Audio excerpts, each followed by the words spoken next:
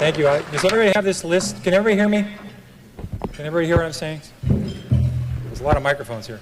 This is what I'm going to cover today. So it should be on your desk. These are the key points that I've been using for 25 years. I think they're true then. I think they're true today. I think they'll be true in 25 years. And I think that's what investing, successful investing is all about. And the first point is know what you own. I can't believe how many people own stocks and they couldn't describe to an 11-year-old in 2 minutes or less why they own this thing or what it is. If you actually pin them down and you put a whip to them, they'd say the sucker's going up. That's the only reason they have for, and this is the normal kind of company that people buy. This is a very simple story. I own a lot of companies like this. They make a relatively mundane product. It's a 1 megabit SRAM CMOS bipolar RISC floating point data I/O array processor with optimizing compiler, 16-bit dual port memory, Unix operating system, 4 Whetstone megaflop polysilicon emitter with a high bandwidth, that's important, 6 gigahertz double metallization communication protocol, asynchronous backward compatibility, peripheral bus architecture, 4-wave interleaved memory, token ring interchangeable backplane, and they do it in 15 nanoseconds of capability. Now, if you own a piece of shit like that, you will never make money, never. Somebody come with more Whetstones, less Whetstones, big mega flop. I mean, what do you do if this thing goes from 12 to 9? Do you buy more? Do you walk around the block? I mean, do you call your friends? I mean, what the hell do you do with something like that? People buy this stuff. I mean, I buy stuff like Dunkin' Donuts and Stop and Shop and CVS and made money in all those. And Sally Mae was just here, right before me. I mean, there's a stock I bought that they had a great name. It was Student Loan Marketing. I mean, who would ever buy anything like that? It was a great name. If you heard the story, I think 100 people heard the story. In fact, I had dinner last night with Al Lord and Ed Fox and Paul Carey. We're all in that roadshow in 1983. I think if 100 people looked at Sally Mae, they would have bought it, but 100 people wouldn't look at it. Because imagine loaning money to students. Imagine doing anything with students. It was a great story. It was simple, and no one looked at it. So that's the kind of stocks I like to buy. But I'm telling you, people don't do this. And I'm talking sophisticated people, unsophisticated people. They don't know what the company is, what's the story. And it's very important to know it, because it doesn't always work, and you have to keep posted. Now, here's a big point. Remember this one. It's futile to predict the economy, interest rates, and stock market. I mean, people keep trying to do this. I mean, this would be useful. I would love to know when we're going to have a recession. I'd love to know when interest rates are going to go up or down. I'd love to know when the stock market's going up. That would be helpful. I would like to get next year's Wall Street Journal. Unfortunately, you don't get it. I remember in 1982, we had a lot of people in this room around for 82. We had 20% prime rate, 15% long governments, double-digit unemployment, double-digit inflation. I don't remember anybody telling me about that in 1980. I remember anybody telling me about that in 1981. But in 83, I remember they said, well, the economy's bounced back. We're going to have a recession in 85. In 85, they said we have a recession in 86. In 87, something happened in October 87. I forget what something happened in October 87. Celtics lost 7 in a row. Something bad in 87. They said for sure we'll have a recession in 88. And they said 89 for sure we'll have a recession. And then 90, we're supposed to have the so-called soft landing, which we never had. So I've always said if you spend 13 minutes a year on economics, you've wasted 10 minutes.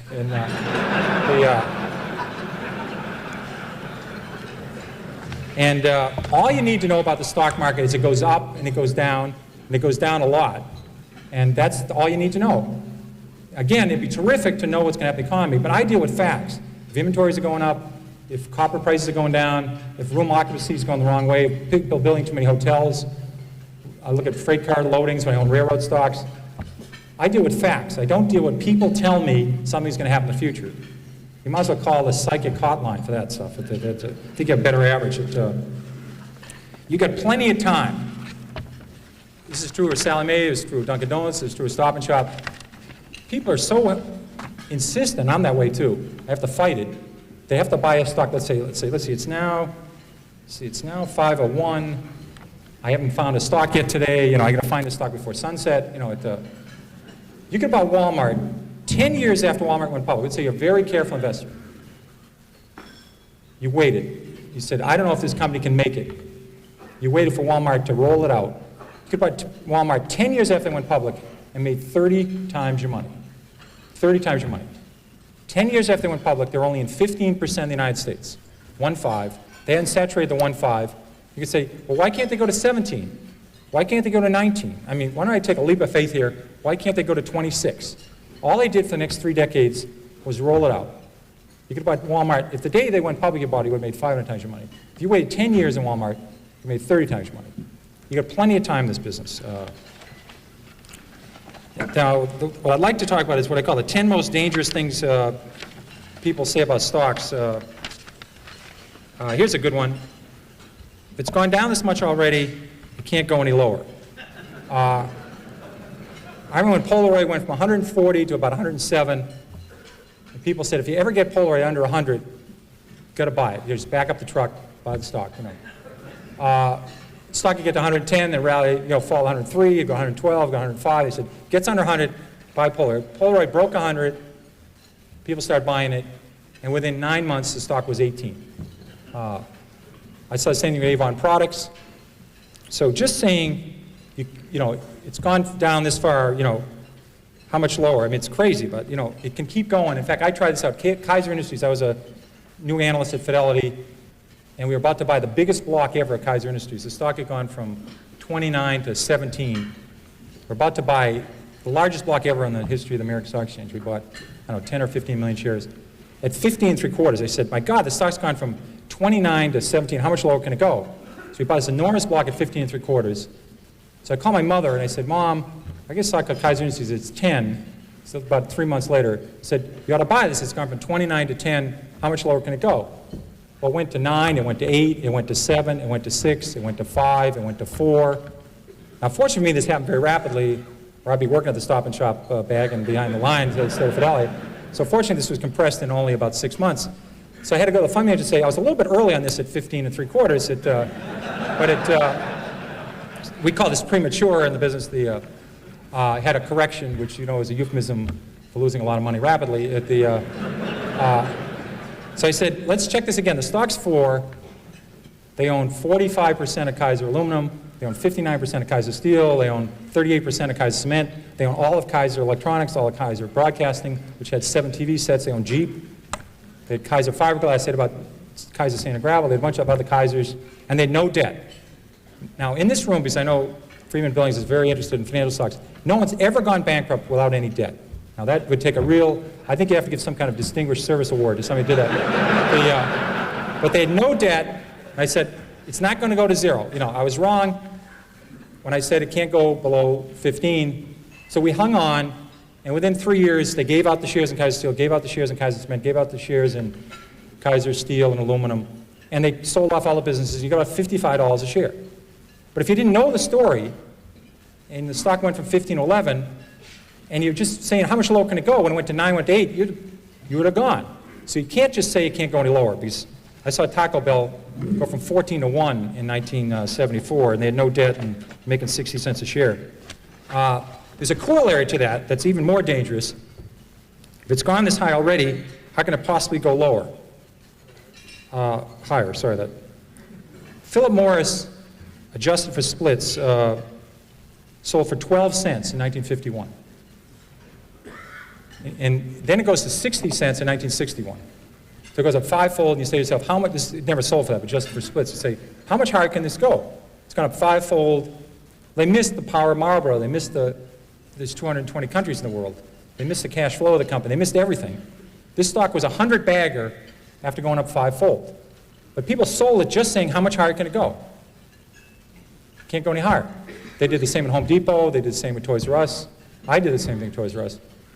Just saying it can't go any higher, it's gone this much already, that's very dangerous, and don't use that one. And it's a very bad thing to do. Eventually, they always come back.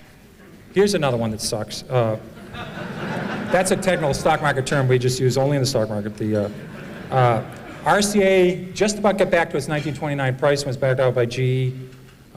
Manville never came back. International Harvester, even with its name changed and adjusted for splits, hasn't got all the way back yet. Western Union. Double knits, remember those wonderful things, floppy disks? They don't have to come back, but they say eventually they always come back. Not true. Here's a great one. It's $3, how much can I lose? This is a great one. Because yeah, get out. This is I don't have a computer and I can't do high-level math, but just do this one. So let's say your neighbor buys $10,000 of a stock at 50, and the stock's now 3, and you put $25,000 in at 3. If it goes to 0, who loses the most? A lot of people cannot answer this question. You know,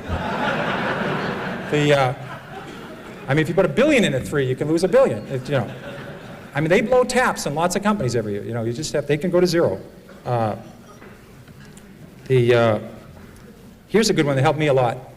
It's always darkest before the dawn. This business is terrible. It's awful. You ought to buy the group. This is not a good way of making money.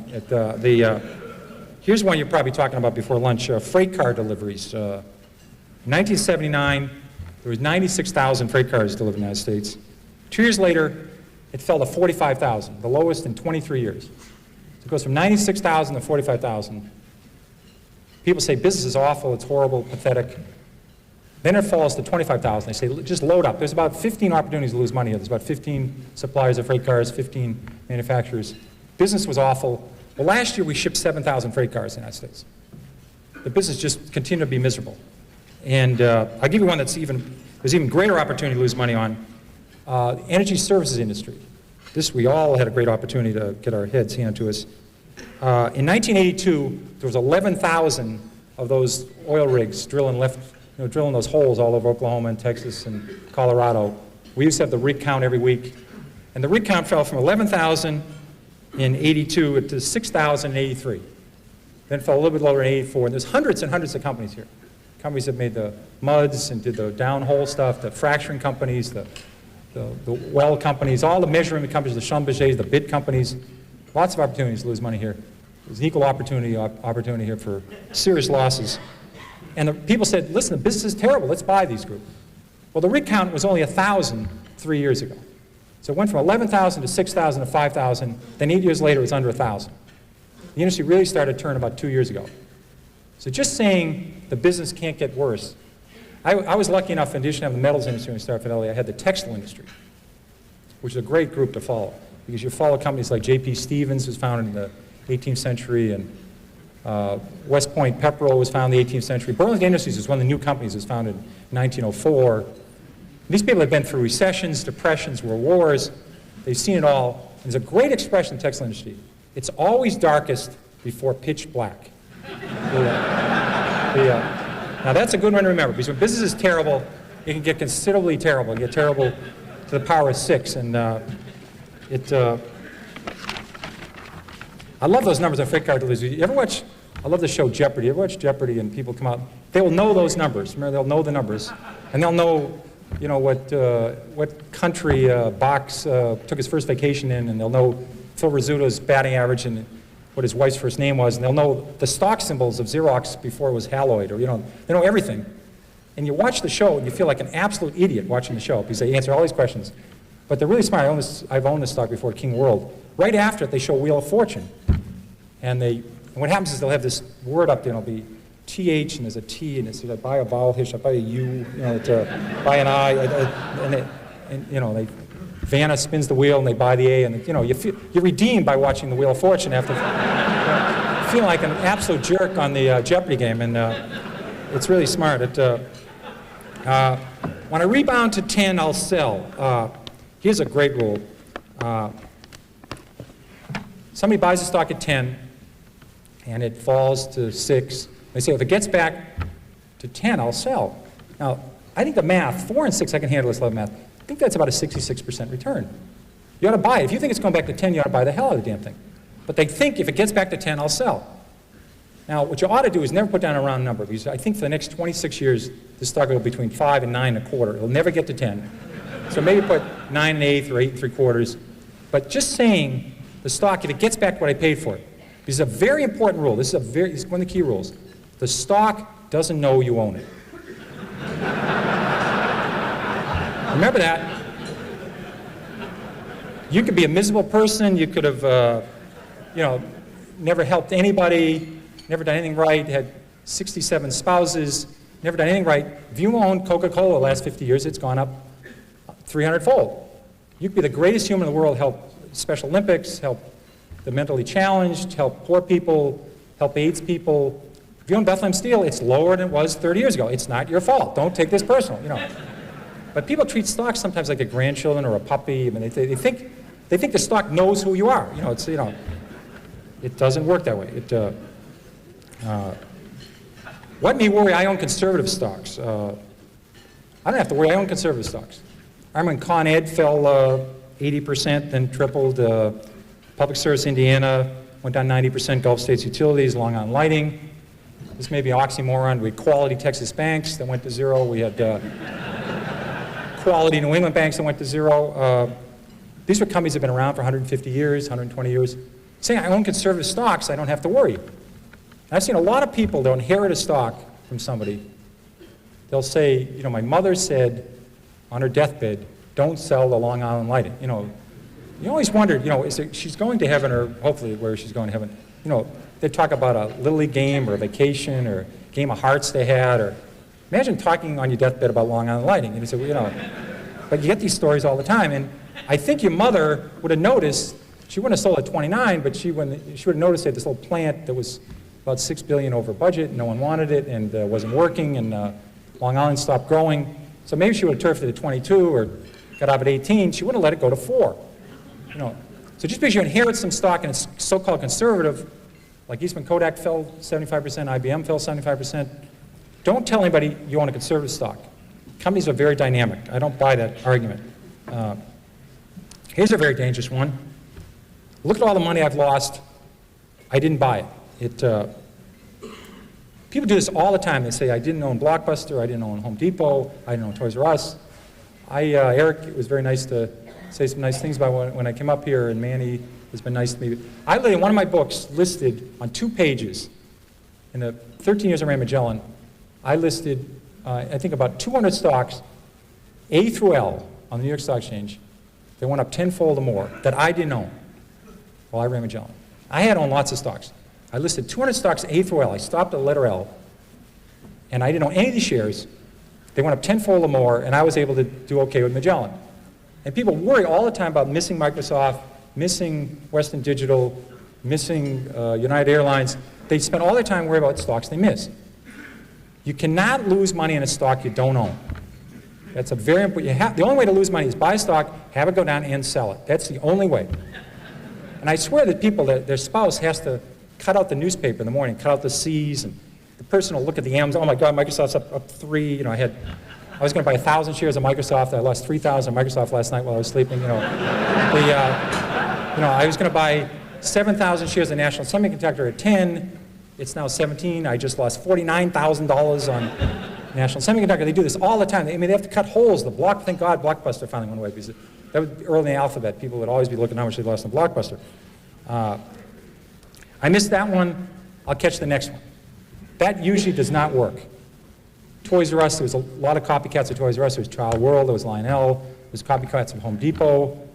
Buying the next of something usually doesn't work. It's very bad. It's like buying on dips. I think it's always better buy from dips. I always thought it was a better rule than buy on dips. You may have to explain this to some other people. This is another technical term you may have to explain after hours what a dip is. They usually refer to it as plurals, dips. I never heard dip. You know, he's a dip, she's a dip. They usually only the plural tense for it. And it's a gender non-specific. It's usually plural. Dip is never used. Stock has gone up, I must be right. Stock has gone down, I must be wrong. I'm convinced that people do this all the time. They buy stock at 10, they buy a little bit of it, it goes to 13. They now say they don't know anything more about it than they knew when they bought it at 10. They have no idea what this company does, but it's gone to 13. Now they take a second mortgage in their house and buy it at 13. The best thing that can happen for us is to stock go directly from 10 to 4 for these folks. You know. It's going to go to 4 eventually, but it goes to 13 in the middle. They're convinced now, they bought 100 shares at 10, now they buy 20,000 at 13. And all the fact is the stock went from 10 to 13 is it went up. The average movement of a stock on the New York Stock Exchange this century, between its high and its low, has been 50%. The average stock on the New York Stock Exchange. That means the stock started the year 20, sometime during the year sold 16, sometime during the year sold at 24, might have finished the year 21, might have finished the year 19. The average range of a stock on the New York Stock Exchange is 50% in 12 months, between its high and its low. So stocks go up and down a lot within a year. And say this, The stock is going up means you're right, doesn't mean a damn thing. So don't buy off on that one. That is not a good one. Avoid long shots. These are the companies that, we have this very technical term for this called whisper stocks. Everybody familiar with whisper stocks? They're great. Somebody call you up and they'll say, hi Pierre, how's Carolyn's, how's Beth doing, how's Annie, how's Mary, have you played any golf? And then they'll say, I want to talk to you about international blivet. And the next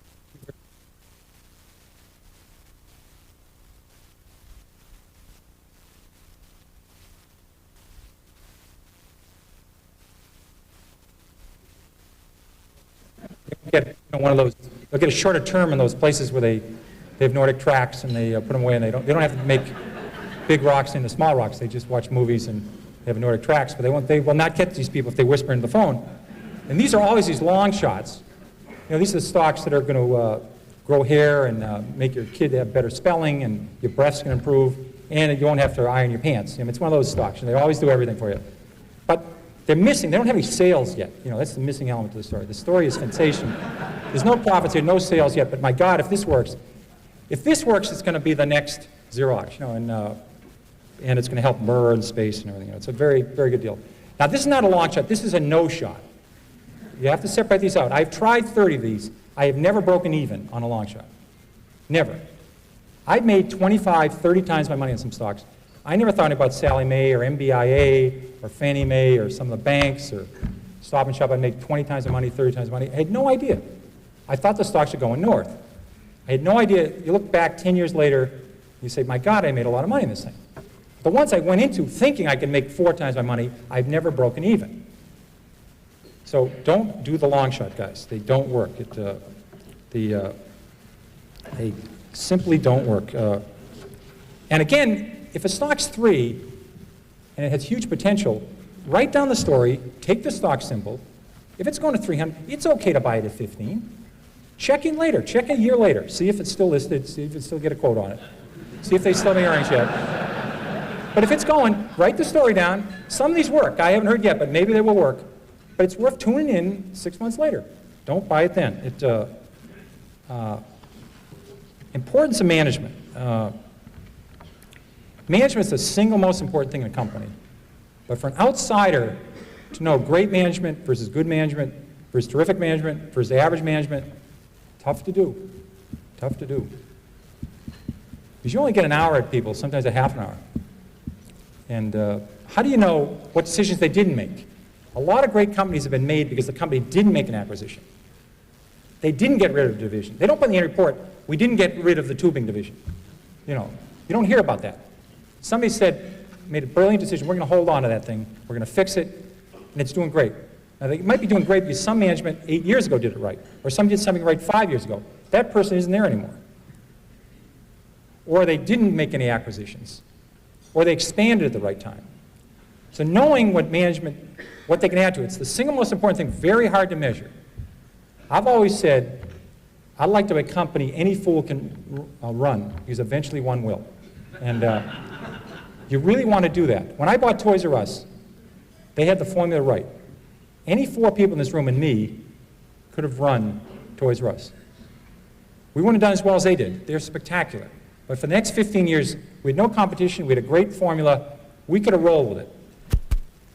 They probably would have done 3 times as good. They were the frosting on the cake, but they had the formula right, no competition, the department stores know what they're doing, there was no copycats, and they were going to just roll for the next 25 years. Same with Circuit City.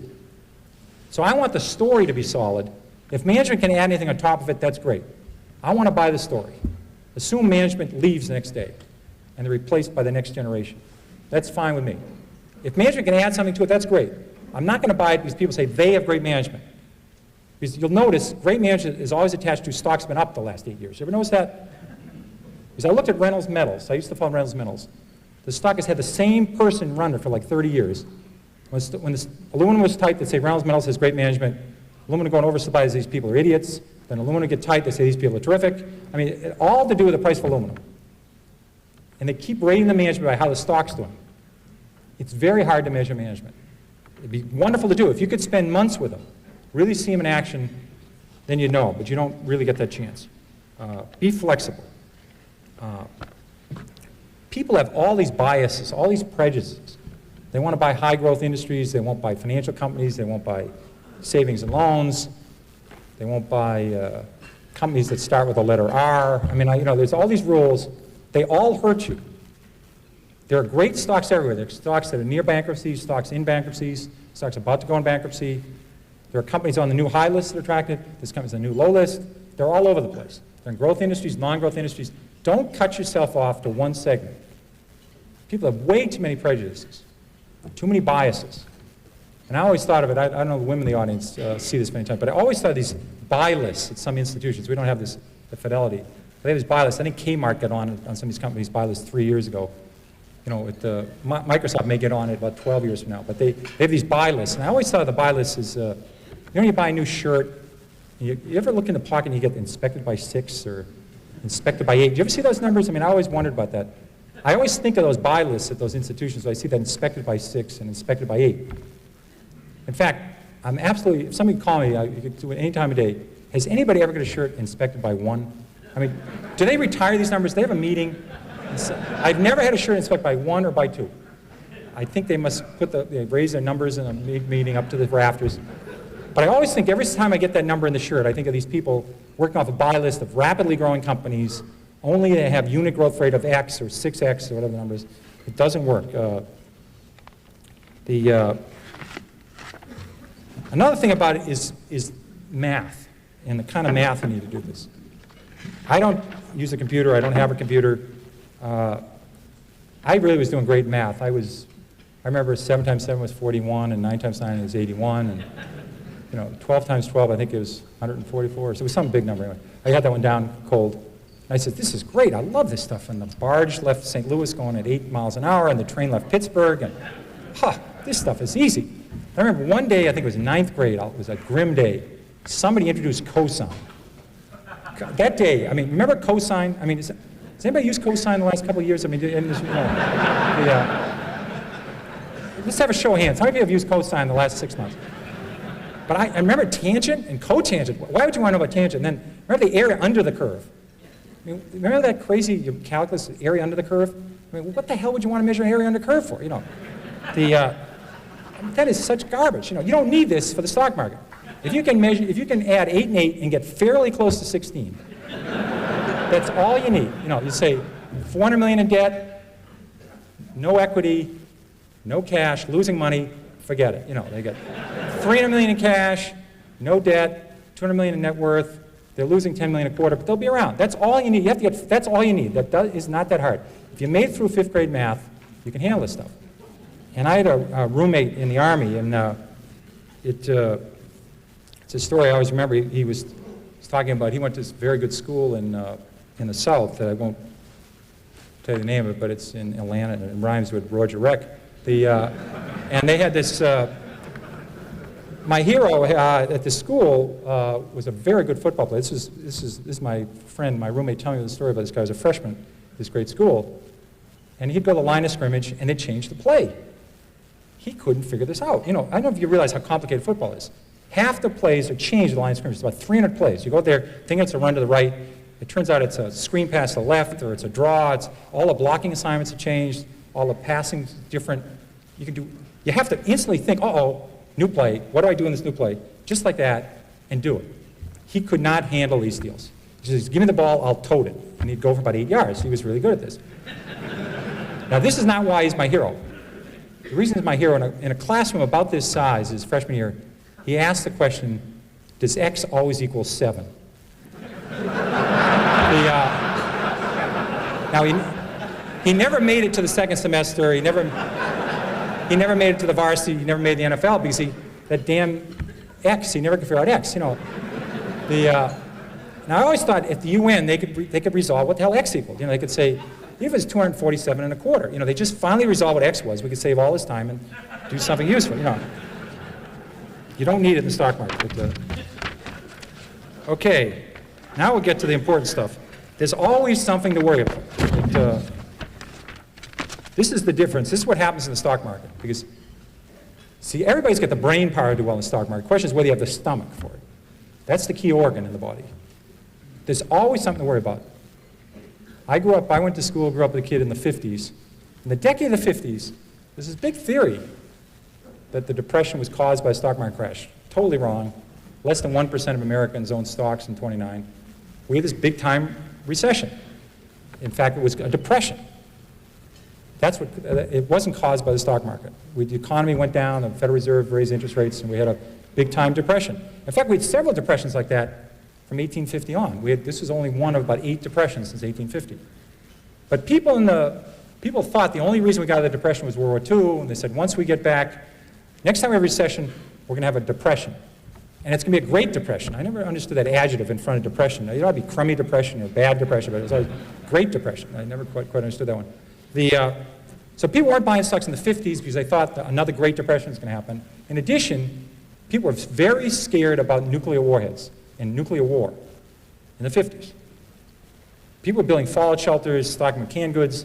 There's something about going to Vermont, building a fallout shelter, putting canned goods in it, that you don't buy Minnesota Mining or you don't buy Eastman Kodak. I mean, the syllogism just doesn't work out, that you're buying lots of water, buying a shotgun, buying frozen food that will stay in the freezer with your own generator, and you're looking at growth stocks.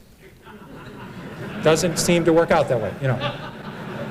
And I remember in the 50s, I remember literally in classes, I was in elementary school in the 50s, and they'd come in, they'd have one of these air raid drills. Somebody in a yellow hat would come in, they'd blow a whistle, and you'd get under your desk. Even then I says, I don't think this is going to do a lot of good, you know. But people were worried about a depression and nuclear war in the 50s. And then, the warheads, they couldn't do much damage back in the 50s. Now one of these Stan countries, you know, these Kakistan and Kazakhstan, all these Stan guys that have spun off these Friedman building spin-offs from the Soviet Union, they didn't lead it. There was a co-deal with somebody else, like Goldman Sachs, and they were on the left side, though. Every one of these little countries has enough warheads to blow the world up 88 times. Right? Who's built a fallout shelter there? You know, we stopped worrying about it. There's always something to worry about. In the 50s, it was depression and nuclear war. The 50s was the best decade this century for the stock market, except for the 80s. Only slightly better. The 80s were only slightly better. People didn't expect a lot. We had an okay, it wasn't a great decade. They just didn't expect much. We made it through. And the stock market was terrific. Do you remember when oil went from 4 to 40? Remember that period? Oil went from 4 to 40, and the experts said it was going to go to 100, and all the countries of the world were going to go bankrupt.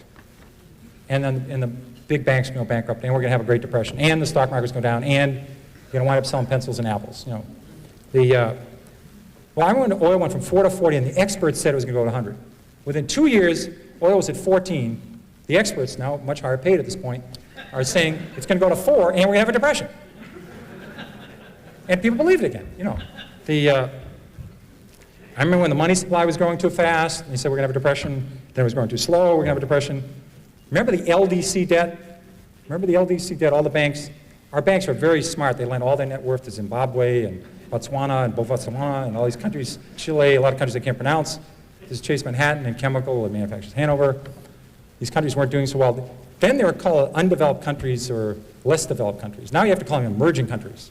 It's not politically correct to call anybody an undeveloped country. It's like I just found out the other day the term for somebody that's overweight is laterally challenged. You have to say something laterally challenged. But these were LDC debt. They were all going to go bankrupt, and we're going to have a depression. Then the Mideast was going to own the world. Remember that one? The Mideast was going to own the world. They weren't going to buy our bonds, and the market crashing, and we're going to have a depression. Then Japan was going to own the world. Remember that one? Japan was going to have all the assets, and they weren't going to buy our bonds, and we're going to have a depression. Within 3 years, the Nikkei Dow had gone from 40,000 to 16,000. The banking system was in trouble, and people said Japan was going to collapse, and we're going to have a depression. People had, on their prayer list, at the end of the day, they had eliminated crippled children and Mother Teresa, and they're praying for Japan. You know, it's a country with a 15% savings rate. You know, it's some bizarre, you know. Commercial real estate, global warming, you know. And I think as the older you get, the more nervous you get about these things. I think it's very valuable. I think while younger people are better investors is they're not worried. They haven't heard about all these crises. And they're with children. I think if you don't have any kids, you got to rent some kids for the weekend. You know, get a 7-year-old and ask him if he knows about the money supply, you know, how fast it's growing. Ask him if he knows about the shape of the yield curve is the wrong shape of the yield curve. Or that we're 48.3 months into the economic recovery and the average recovery lasts 52.3 months. You know, ask an 8-year-old if they know about that. 8-year-olds have a very high expectation about the next 20 years. That's what you need to do. The more you get away from 8-year-olds, the more you get away from 11-year-olds, the more you start reading these crazy things you read over the weekend. In fact, from 1955 to 1985, the stock market went up a grand total of 1,000 points, but it was down 800 on Mondays. So it was therefore up 1,800 on non-Mondays. It wasn't an accident. The stock market went down. October the 19th, 87 was a Monday. People over the weekend become economists and portfolio strategists.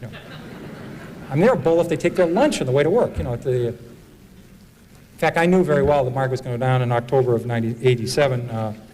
Dave Ellison remembers that. It was my first vacation I was going to take in 6 years.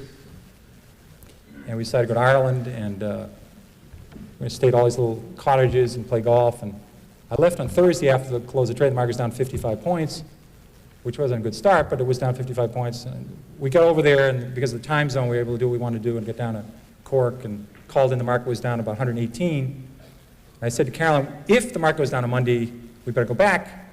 But we're already here, so I'll also stay for the weekend. So as you know, the market went down 508 on Monday, so I flew home. Because my fund had gone, I think, from 13 billion to 9 billion in 2 working days, and the trend here is not positive. Like I could do something about it, but there's something when they called, they wanted to say, well, what's Lynch doing right now? Well, he's on the 10th hole. He's even part of the front 9, but he's in a trap right now. This could be a double bogey. This could be a quadruple bogey right here. Could blow the entire front 9 right here. This is not what they wanted to hear. So I have no idea when the market's going to go down, and no idea when it's going to go up. I'm totally shocked. The market was 4,000 2.5 years ago. A while ago, it's 8,000. I had no idea about this. Very surprising to me. But I'll guarantee you the market will be a lot higher in 15 years. It'll be a lot higher in 25 years.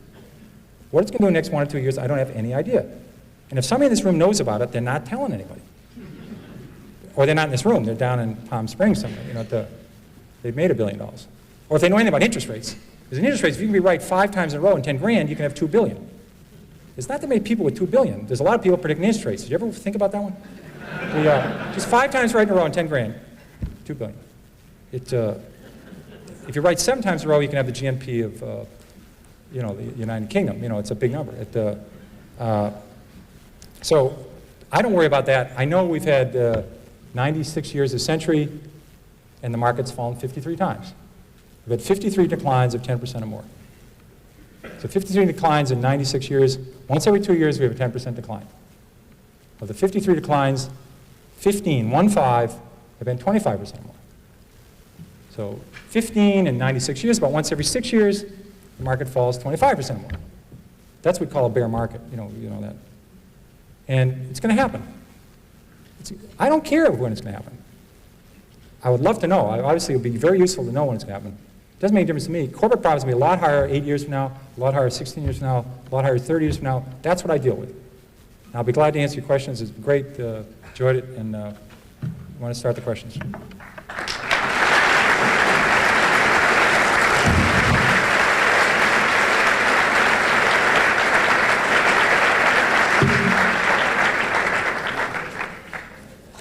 If they don't get the question, I'll read the calendar of offerings for Friedman Billings for the next month.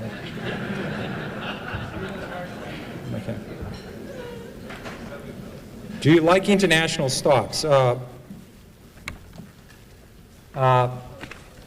question is, I found I was better overseas than I was domestically because there's just less coverage. There's less people following these companies. So I think my big theory, and I think it's valid, if you look at 10 companies, you'll find one that's mispriced. If you look at 20, you'll find 2. If you look at 100, you'll find 10. The person that turns over the most rocks wins the game. Overseas, the numbers are much better. There's just not that much coverage. So I think international stocks are definitely worth looking at. When do you sell stocks? When you sell a stock is exactly the reason you buy it. You write down the reason you bought it. I bought Subaru. Subaru was a distributor. They didn't actually make the cars. I think it was Fuji Heavy Industries made the cars. They distributed Subarus in the United States. The stock was, I think the stock was 80. It was up from 6 to 80. I was a little late on this, but it didn't bother me, and I should never let that bother you. I didn't let it bother me. They had $40 a share in cash. They had a very low-priced car. It was well-liked. And it did well for about 5 or 6 years, and I think the stock went from 80 to 320. The reason I sold Subaru, thank you. The reason I sold Subaru is Hyundai came in with a low-cost car, Chrysler cut the price of the Omni Horizon, Ford came out with a low-price car at the end. All of a sudden, the Subaru was no longer unique. If the car's not a buy, the stock's not a buy. That's what you're looking for. The reason you buy a stock, you keep it posted.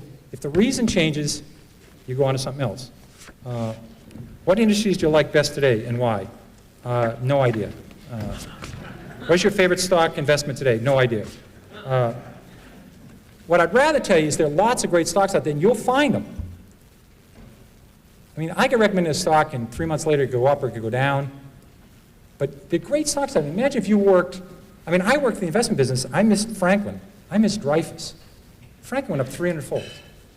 Dreyfus went up 50-fold. I didn't miss Dreyfus twice. It was my industry. When Dreyfus went in the crash, this is bizarre. Dreyfus went from 50 to 30, and the crash had fell to 18. They had $17 a share in cash and no debt. It was selling for $1. I did that math very rapidly. And the week of the crash, they were like 90% money market assets and bonds. Their assets didn't go down the week of the crash. The stock went from 50 to 18 with $17 a share in cash. So I paid attention to my own industry. Imagine you'd been in the retailing industry, you would have seen Home Depot, you would have seen Circuit City, you would have seen all these great companies. These people are buying biotechnology stuff. It's crazy. Do you believe the S&P 500 market is expensive? Yes. Which industries look the most attractive now? I would say, if you look at the secondary stocks, we've had 3,000 companies come public the last 4 years. That's 2 a business day, 3,000 companies. 1/3 of them are lower than the price they came public at. Some of these are not great companies, but some are good companies, and they had a glitch, and no one cares about them. So it's the secondary companies, to me, is the research list. That's where I'd be looking today. Let's see. If you believe you should not own what you own, please discuss the pros and cons of concentrating your investments versus diversification.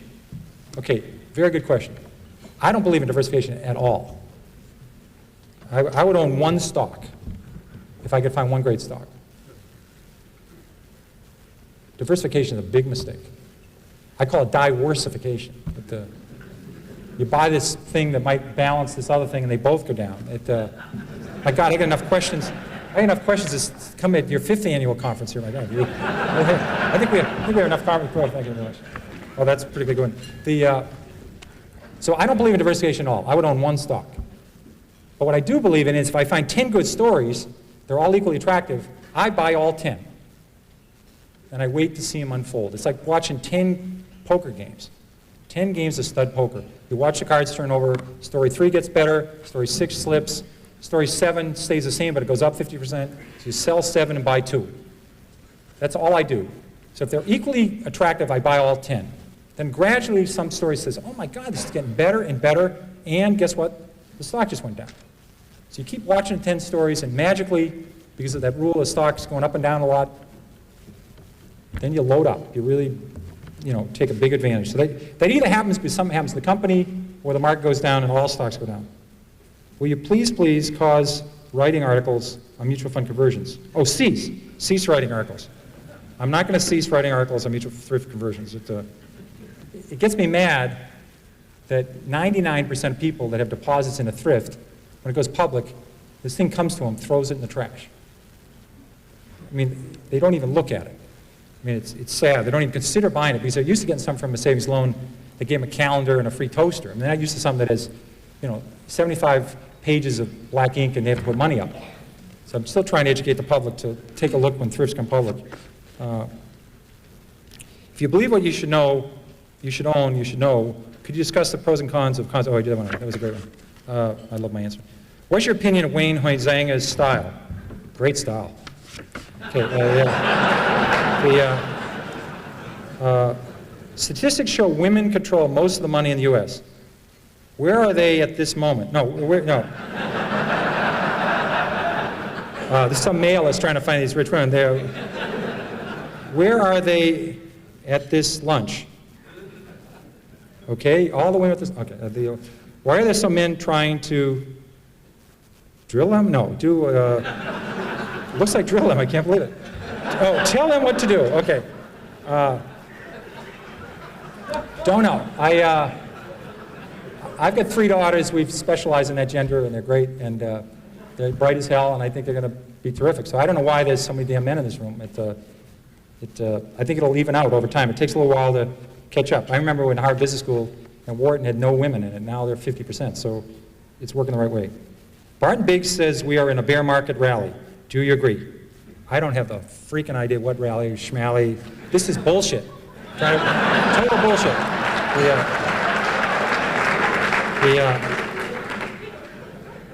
Now here's something, Manny Freeman. Now listen, Manny Freeman said this morning they're in the 5th inning of the current bull market.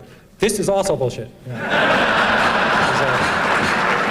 only difference, this is more current bullshit. Okay. How many banks will there be in 10 years? Okay. We still have 7,500 deposit takers in the United States. In England, they have 7 commercial banks. They have 3 building loan societies. They're a total of 10 deposit takers. In Canada, there are 8 banks in the whole country. My town, we have over 9 banks. I have a little town of 18,000. We have 9 banks in our town. We have 7,500 deposit takers in the United States. We count credit unions. They all have their own audit, their own advertising jingle, their own software systems, their own board of directors, in unbelievable ways. So how many banks will there be in 10 years? A lot less than there is now. How many thrifts will there be? A lot less. This industry is going to have a serious consolidation. There's an unbelievable redundancy, waste, duplication, and it's going to shrink. And it works. Now these stocks are up. They use paper. It doesn't cost anything to do it. Okay, that's it. I appreciate it very much. Thank you.